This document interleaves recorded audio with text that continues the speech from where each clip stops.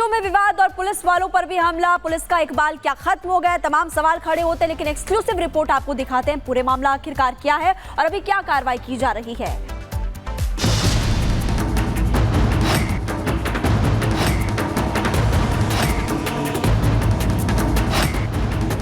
मध्य प्रदेश के मऊगंज के पुलिसकर्मी खून से लथपथ है।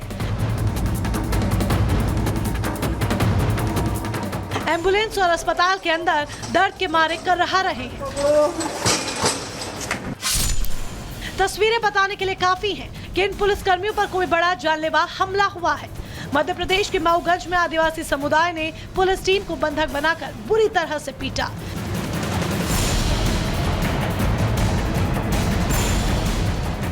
किसी पुलिसकर्मी के सर में गंभीर चोट आई तो किसी के हाथ पैर में फ्रैक्चर है और इन्हीं में से एक थे एएसआई राम गोविंद गौतम, जिन्हें ग्रामीणों ने तब तक पीटा जब तक उनकी मौत नहीं हुई।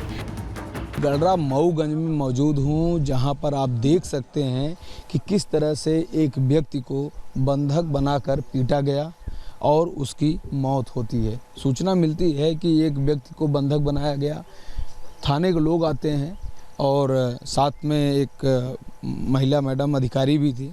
हालांकि फिर से गांव वाले सब एक हो गए, उग्र हुए और उन लोगों ने पुलिसकर्मियों को भी बंधक बनाया। एक पुलिसकर्मी की जान भी चली जाती है और साथ ही जो मैडम बंधक थी उनको भी भारी संख्या में जो पुलिस पहुंचती है वो छुड़ाती है। इस हमले में तहसीलदार समेत कई पुलिसकर्मी घायल हो गए हैं।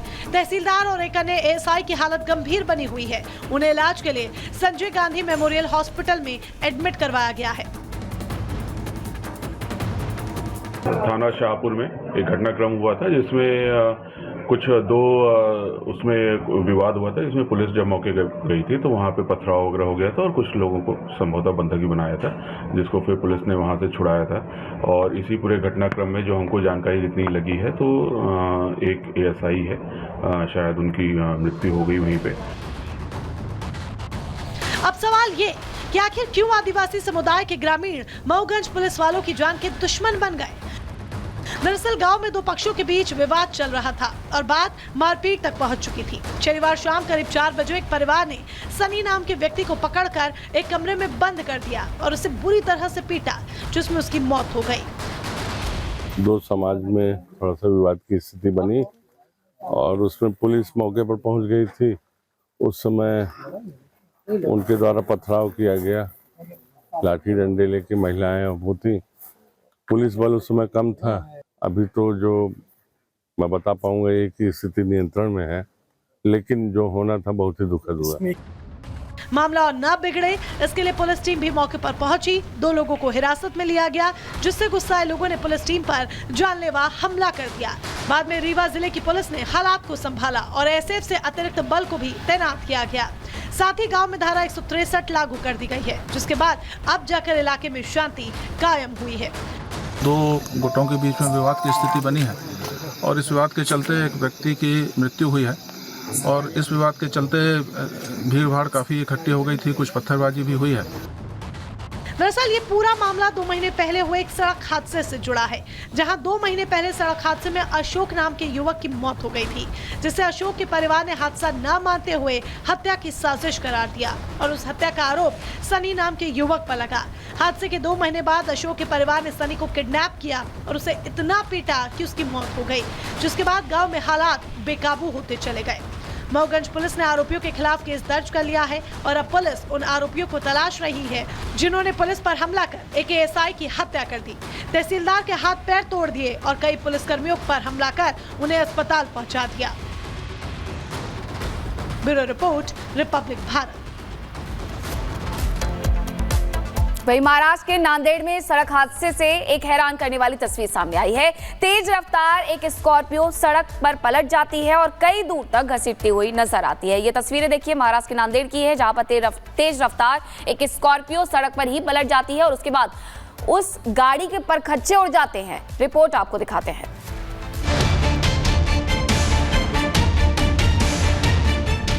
ये दर्दनाक और रूह कपा देने वाला सड़क हादसा महाराष्ट्र के नांदेड़ अधेपुर रोड पर हुआ। ट्रक से टक्कर होते ही भारी भरकम स्कॉर्पियो टीन के डब्बे की तरह पिचक गई। इस हादसे में स्कॉर्पियो सवार 7 में से 2 लोगों की मौके पर ही मौत हो गई, तो 5 लोगों को तुरंत गाड़ी से निकालकर अस्पताल भेजा गया, जहां वो 5 लोग जिंदगी के लिए मौत से लड़ाई लड़ रहे हैं।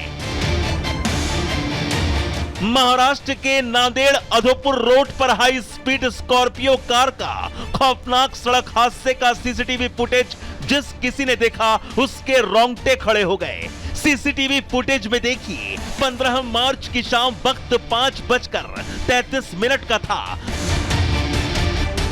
तभी नांदेड़ अधोपुर रोड से गुजर रहा तेज रफ्तार ये स्कॉर्पियो कार सवार अपना कंट्रोल खो बैठा। गाड़ी से जैसे ही ड्राइवर ने नियंत्रण खोया, कार डिवाइडर को गेंद की तरह उछलकर पार कर गई। उसके बाद तेज रफ्तार स्कॉर्पियो 2 बार पलटी खाई और फिर सामने से आ रहे भारी भरकम ट्रक से जोरदार तरीके से जा टकराई। जैसे ही महाराष्ट्र की नांदेड़ अधोपुर रोड पर दिल दहला देने वाला यह सड़क हादसा हुआ, अफरा तफरी मच गई। राहगीर और आसपास मौजूद लोग हादसा देख सन्न रह गए।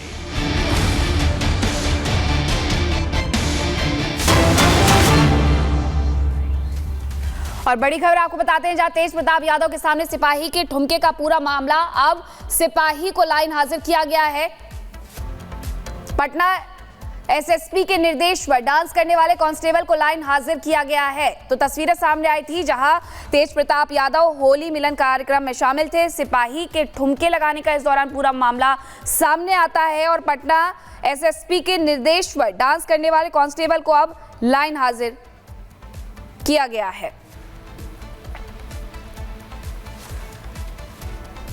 वहीं अब आपको तस्वीरें दिखाते हैं। दिल्ली के उपराज्यपाल वीके सक्सेना, मुख्यमंत्री रेखा गुप्ता, मंत्री प्रवेश वर्मा बारापुला ड्रेन पर हो रही सफाई का निरीक्षण करने के लिए अधिकारियों के साथ पहुंचे हैं। ये तस्वीरें सामने आई हैं जहां ये साफ सफाई चल रही है और इस दौरान खुद दिल्ली के उपराज्यपाल वीके सक्सेना पहुंचे हैं। उनके साथ ही मुख्यमंत्री रेखा गुप्ता भी मौजूद है, प्रवेश वर्मा भी मौजूद हैं। बारापुला ड्रेन पर यह सफाई का अभियान चल रहा है और अधिकारियों के साथ खुद पहुंच करके निरीक्षण लिया जा रहा है।